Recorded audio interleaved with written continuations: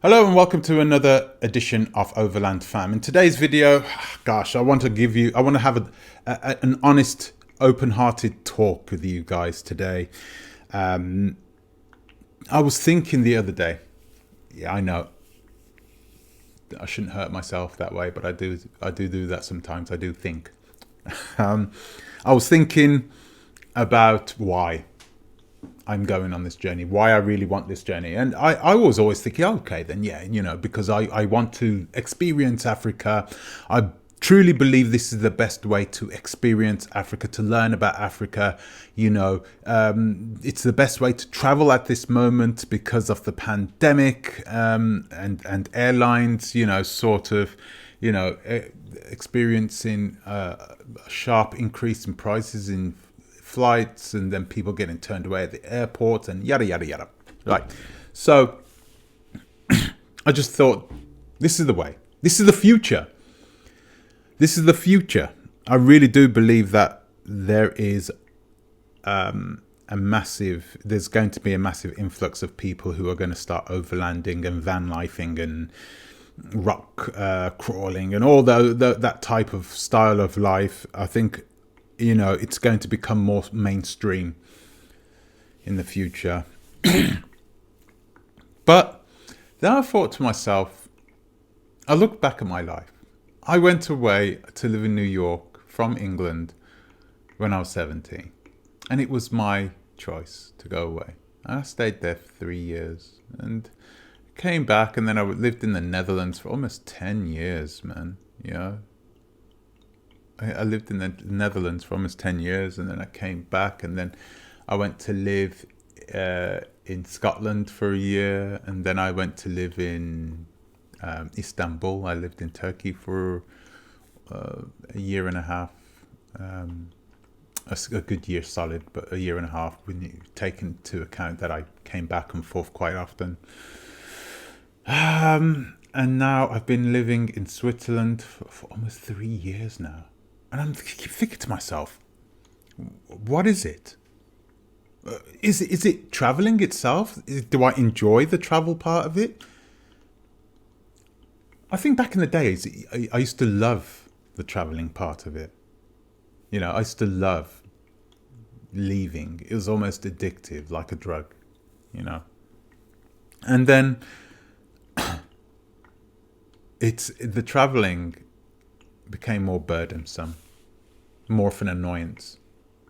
Getting to the airport early in the morning and not flying anywhere, fantastic, especially flying within Europe. It's like, where are you flying to? Oh, Prague.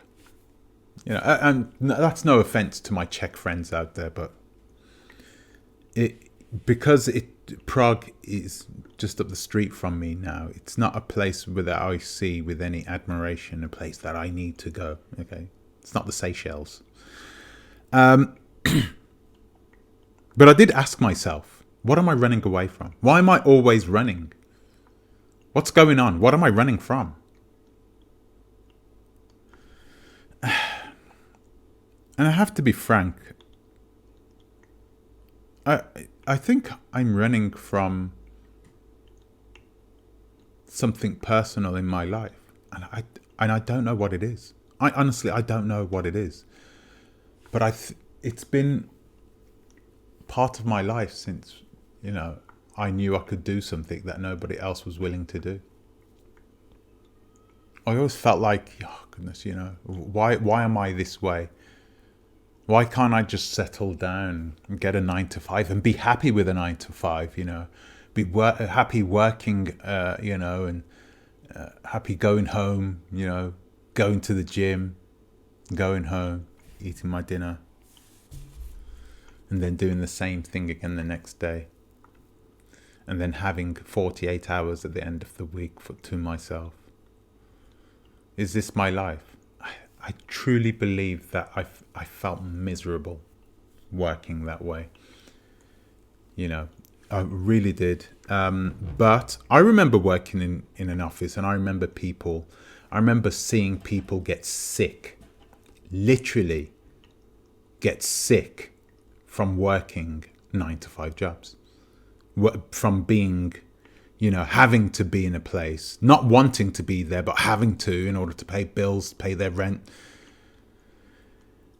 I just knew that at some point I knew that, oh no, that's a lie. I always knew that this wasn't my life, that this wasn't my type of life. This wasn't what I wanted. It was the opposite of what I wanted. I never wanted to waste my life away working for somebody else, making somebody else rich. I didn't want to do that. I wanted to work for myself. I have worked for myself in the past, but it's just not easy to set up a business, especially when you got children and you need that money coming in. You need a constant flow of cash. It's not easy to set up a job afterwards. Right now I'm in a good place. I'm in a healthy place. I'm in a place where I can think about focusing, driving around the bloody, a whole continent, and not worry about, the financial or, implications of not working for such a period of time. So yeah, I'm lucky when it comes to that instance. I just hope that I'm doing this for the right reason. I hope I'm doing this for the right reason. I lived in Vienna, I lived in Zurich, and I know this isn't my part of the world. I just don't feel, I've never felt at home in this place, but I never expected to. I never came here thinking, oh, why don't I feel, this is not my place, this is not my people. Okay, so when I came here, I always thought that coming here would be temporary. It wouldn't be permanent. And, I love my wife to death. She's an incredible human being. Literally, when I think about her, I think, my God, what would I do with somebody else? I have the perfect human being that I sleep next to every night, when my daughter permits me. So yeah, I'm like, what? How am I going to be able to answer this question? Am I going to be able to answer this question? Are you going to be able to answer this question? Why are you doing it? If you're planning to go overland anywhere, why are you doing it? What's your reasons for doing it? Are they valid? Do you need a reason? I don't know. I don't think you do. I don't think you always need a reason to go overlanding. Overlanding itself is enjoyable because I truly believe it's the best way to travel.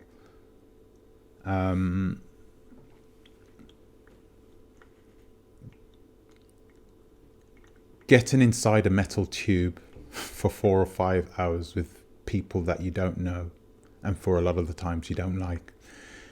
Have any of you guys ever flown the red eye in your countries, in your selective countries? Every single time I used to fly a red eye flight into Istanbul, there'd be a fight. Every single time. It's crazy when people are tired and they're on that flight. It's 12 o'clock at night. Man, everyone's just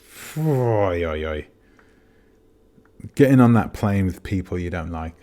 Imagine, okay, look, think about this. You're going overlanding. You're going to get inside a car, right? A nice, luxurious car, that's going to have all the creature comforts, everything at your fingertips, okay? You're going to have your family with you. You're going to be able to sit in there, communicate with them, talk with them, teach your kids. You're going to see the world pass by your eyes, You're going to be able to speak to people on the ground, speak to locals, This is the future. I'm sorry, it is, but I just don't see. I used to think that flying was God's gift, but overlanding, you can't touch it. You really can't. Not even with, okay, if I need to get to somewhere crazy exotic, then yeah, take a flight. But even when I take a flight, let's say if I'm taking a flight to Cuba, I'd rent a car. If I'm flying to Cuba, I'm going to rent a car and I'm going to tour Cuba. Such a big island, so much potential, but not everyone can go to it, but I can. So why not take advantage of that? There you go, some food for thought. Just ask yourself this question, but regardless of what the answer is, make sure you go on that journey. What you don't want to do is leave this life filled with regret. Until the next time, please think twice. Sorry. Thank you and goodbye.